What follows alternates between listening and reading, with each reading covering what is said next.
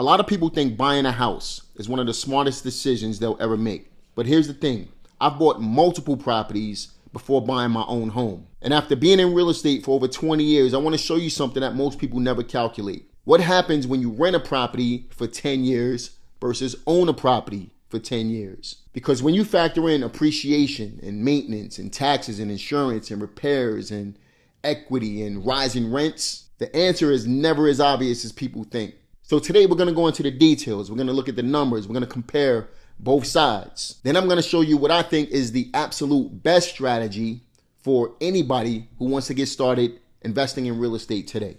Let's get into it. So first, let's talk about renting versus owning. Why do people love renting versus owning? Well, some of the pros that comes with renting is predictable monthly payments. So if you're looking for a place where you know what the monthly payment is going to be for a period of time, then renting is a viable option. Now, obviously, there's the caveat to that where you can get rent increases, and we'll talk about that in just a moment. But again, if you're looking for that set monthly payment for a period of time while you're living in the property, then renting is definitely a viable option for you. You don't have to worry about taxes. You don't have to worry about insurance. You don't have to worry about any of that stuff. Another thing when it comes to renting is the maintenance. Now, obviously, when you're renting, there's little to no maintenance costs on your behalf. So that's why a lot of people will prefer to rent versus own, because they don't have to worry about fixing things. They don't have to worry about keeping things up. And they don't have to worry about the expense that comes along with it. Now, on the flip side of that, some landlords will put certain maintenance expenses on the tenant. So for example, when you're renting a place from me, I make sure that all tenants are responsible for cutting the grass. So that can cost you a little bit every single month if you're renting a house. Now, obviously, if you're in an apartment, you don't have to worry about that. But for the most part, if you're renting houses from landlords versus apartments, you'll probably have that lawn care expense passed on to you, and probably certain other expenses as well. For example, utilities. You might have, a water bill, a light bill, a gas bill, whatever the case may be. A lot of times, if you're renting houses, those expenses are passed on to the tenant. But what about some of the major repairs, like maybe a roof, maybe HVAC system, maybe electrical and plumbing and things like that? Obviously, if you're renting a place, then those expenses are passed on to the landlord. And that's why a lot of people choose to rent versus own, because you get that flexibility, you get that peace of mind, knowing that you don't have to worry about certain things if a surprise comes up. But just like anything else, you got pros and you have cons with everything in life, right? So one of the major downsides when it comes to renting is you get rent increases. So although you might have that set monthly payment for a period of time, let's say 12 months, the average lease term is going to be 12 months if you're renting a house or an apartment. After that lease is up, 9 times out of 10, the landlord wants to make more money. And because they want to make more money, they're going to increase the rent. And a lot of times, if the market for rents are going up in your area, then obviously your rent is more than likely to go up as well. Now, historically, rents will typically increase between 3 and 5% annually. So let's just say, for example, you're paying $2,000 a month in rent, and you decide that you want to stay in a place for, let's say, 5 years. Well, let's do the math. After 5 years, if you start off at $2,000 a month, and let's just say your rent increases, between that 3 and 5% per year, in 5 years, you're going to go from $2,000 a month to somewhere between $2,400 and $2,450 per month. And if you look at that same exact number, that same exact increase every single year over a 10-year time span, you're going to go from $2,000 a month to north of $2,900 a month, almost $3,000 a month, every single month for as long as you stay in that property. So the biggest advantage when it comes to renting is your costs are predictable today. The biggest disadvantage is your costs are unpredictable tomorrow. Something to keep in mind when it comes to renting. Hey, look, I wanted to interrupt the video to ask you a real important question. What if managing your rental properties got a lot easier and gave you a chance to win $10,000? Think about that, because that's exactly what Baselane is doing right now. Look, I've been investing in real estate for over 20 years. And one thing I've learned is that the goal is not to build rental properties that's going to require your attention every single day. The ultimate goal is to build rental properties that can run themselves. Check this out. While I'm spending time with my family, rent gets deposited. Transactions are automatically categorized. Bookkeeping is updated in real time, and everything stays organized in the background. No spreadsheets, no jumping between accounts, no chasing down rent payments. So whether I'm traveling, whether I'm meeting with partners, whether I'm looking at properties, or just enjoying life, my rental finances keep on running. And that's exactly why I use Baselane. And right now, through September 30th, when you collect at least $500 in rental payments through Baselane, you'll be entered for a chance to win $10,000. Go ahead and click below. Get set up with Baselane right now. Your rental should work for you, not the other way around. Look, get started below by clicking the link in the description box. Let's get back into the content. So if renting is so great, why do people say that renting is throwing away money? Well, let's look at some of the common arguments that people might have when it comes to renting versus owning. Number one, no equity. So every single dollar that you pay the landlord doesn't provide you with any benefit. It provides you with a place to stay, but it doesn't provide you with equity in the property. And we'll talk about equity in just a minute. Appreciation. You don't get any appreciation when you rent a property, but you do when you own a property. So if a property goes up in value and you're renting it, you don't get the benefit of the appreciation, even though you're constantly putting money into a property. But on the flip side, if you own, obviously the property goes up in value. That's real world money that you can get when you sell the property, if you choose to. Also, no principal pay down. So just like with equity, just like with appreciation, every single payment that you make to the landlord, you're paying down their principal. You're paying down their mortgage. You're making them wealthier. Every dollar that you put into your monthly payment is basically paying for you to have a place to stay. You're not benefiting from renting a place long term. The owner of the property is benefiting from you renting from them long term. So you don't get to sell the property and get majority of your money back. Not when you're renting. All you're doing is paying for the quarters. And over time, you're going to continue to pay more and more every single month if the landlord decides to raise the rent. But as I've mentioned, you don't get to take advantage of the principal pay down. The landlord gets to take advantage of that principal pay down. And that leads me into ownership. So when you're renting a place, you're literally paying for a property that you don't own. So let's say, for example, you were to stay in a place, you start off at $2,000 a month and you stay there for 30 years. And obviously the rent is going to increase to a certain point where the landlord feels is fair. But let's just say that you decided that you want to stay in that property for a minimum of 30 years. If you did, you literally paid off the loan for the landlord. The landlord gets the benefit from all of the equity. The landlord gets the tax benefits. The landlord gets the benefit from the rent increases every single month.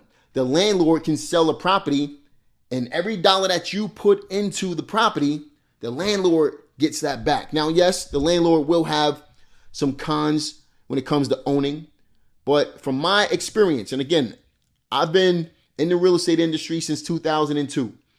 I've bought plenty of houses before I ever bought my first personal residence. And I will say this, there's more benefit in owning than it is in renting. Because for every dollar I've ever put into a property, whether it's maintenance and repairs, whether it's paying down a mortgage, I know that when I sell that property, I can get all that money back and some. So I'm looking at it as an investment. Now, obviously, there's a difference between owning your own personal residence, which can be looked at as a liability versus an asset, than owning a rental property. And we'll talk about that in just a moment. What's the best game plan when it comes to that scenario? But like I said, when it comes to renting, you have no ownership. So you have no control over the property, and you can't get your money back because you've stayed in the property. And obviously, because you've stayed in the property, what are you doing? you're helping the landlord build wealth for themselves. You're not helping yourself build that wealth. Because like I said before, if you decided to stay in that property for a period of time and the landlord decided he wanted to sell and cash out on the property, he's benefiting from all of the money that you put into the property. Think about that. So we looked at renting properties. Now, why do some people say buying is a bad investment? Well, let's look at some of the hidden costs when it comes to buying real estate. You got property taxes. The more your property appreciates, every few years, your local municipality may or may not decide to reevaluate how much your property is worth and then increase your taxes accordingly. So although you may think you have a set monthly payment, especially if you go after, let's say, an FHA loan where they're giving you a fixed rate and a fixed monthly payment every single month, a lot of times they don't factor in, or they don't tell you rather, that your property taxes can increase. And obviously that's going to affect your escrow amount, meaning the amount that the bank has to hold in a certain account to cover your taxes and insurance. So if your local municipality increases your taxes, then obviously your monthly payment is going to go up accordingly. And insurance is going to go up as well. So not only do you have property taxes, you also have insurance. And a lot of times the mortgage, they're going to build both of those expenses into your monthly payment. And like I said, they're going to have an escrow account where they're going to store that money in the account so that they can have enough to cover your taxes and insurance every single year. So we talked about property taxes. We talked about property insurance. What about property maintenance? Well, just like with anything else, you got to maintain your investment. But let's just say that the property didn't need any work. And let's just say we had regular maintenance costs and, things go bad the longer you stay in a property. Eventually, you'll have to put in that hot water heater, which can easily cost you, $2,000 to install one. You're eventually going to have to put in that HVAC system. An HVAC system can cost anywhere between $8,000 and $50,000. It just depends on the size of your home. What about the cost of a new roof? A roof can cost you anywhere between $10,000 to $30,000. Again, depending on the square footage of the property.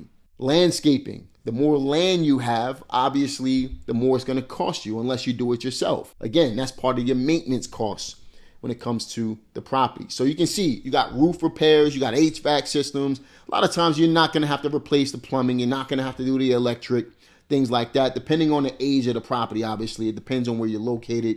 Depends on a lot of different factors when it comes to that. But a lot of times you are going to have to replace a lot of the mechanical stuff. So again, the HVAC after like 20 years, the roof every 15 to 20 years, the hot water heater every 5 to 7 years.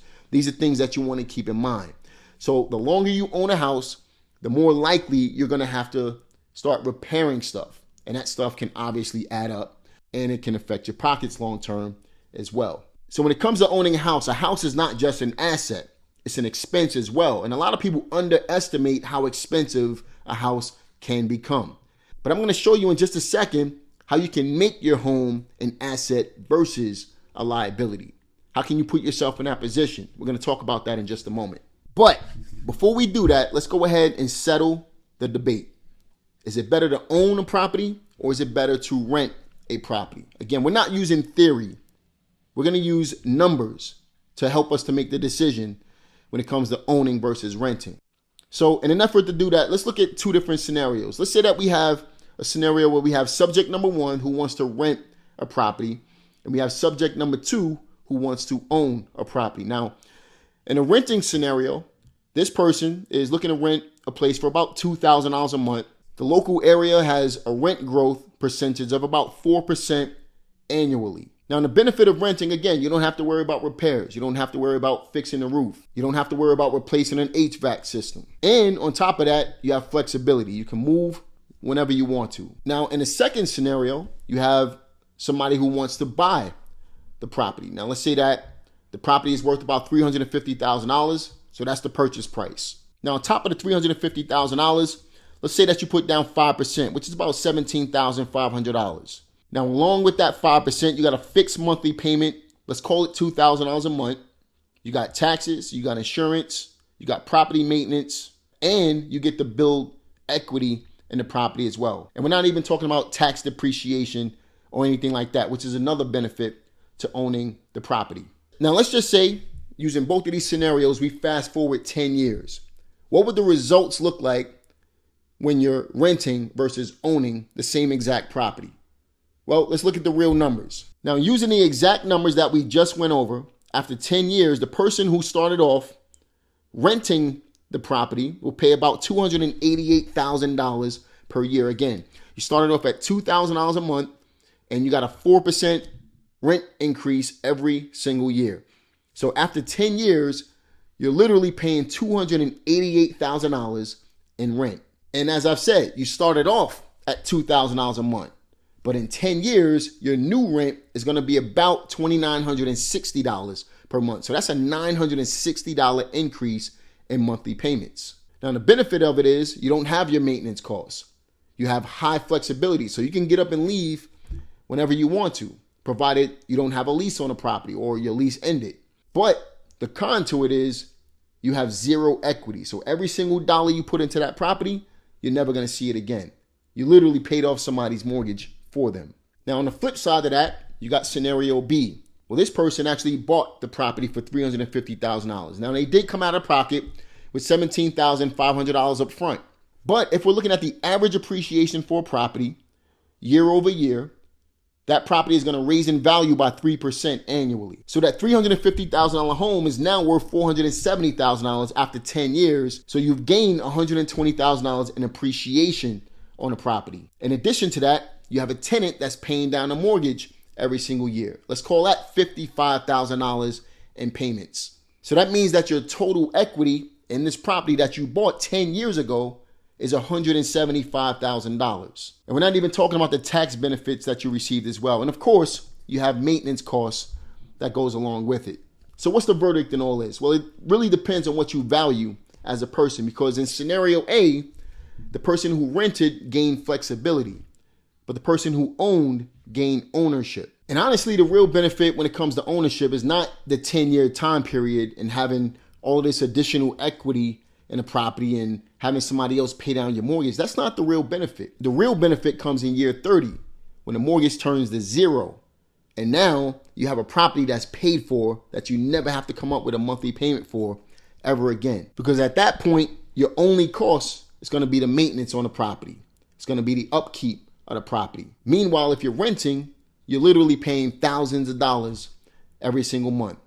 $2,000, $2,500, $3,000, $3,500 a month if we're looking at the same exact property. So here's why I disagree with most people. I don't think the question should be, should I rent or should I own? I think the better question to this is, should I buy a liability first or an asset? So like I said at the beginning of the video, I bought a lot of properties before I bought my own personal residence. To me, that's the best play. Buy your assets to pay for your liabilities. So how does that work? Think about buying enough rental properties to produce cash flow, to build equity, to build appreciation in properties, to create financial flexibility for you before you ever buy your own personal residence. And this way, your assets are literally paying for your liabilities. And this way you get the best of both worlds. You don't have to come out of your pocket with all of the maintenance and repairs and all of that stuff. You have assets that are going to take care of that stuff for you. So if you're looking for flexibility, then obviously renting can make sense for you. But if you're looking for long-term stability, then you gotta buy properties in order to be able to do that. And if you want true financial freedom while acquiring income-producing assets, then you can house hack. You can build a rental property portfolio. You can build cash flow through these rentals.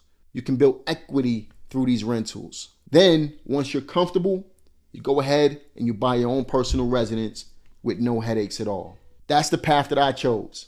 And if I was starting all over today, that's exactly what I would do. I hope you found benefit in this video. Be sure to like this video, subscribe to the channel, click the notification bell. If you want to have a consultation to see how we can help you to make the right decisions as a real estate investor, especially if you're a beginner looking to get started and you don't know which way to go, be sure to check the link in the description box below. Listen, check the Baselane link in the description box below as well. Be sure to sign up for your free Baselane account, and I'll see you guys on the next one. Take care.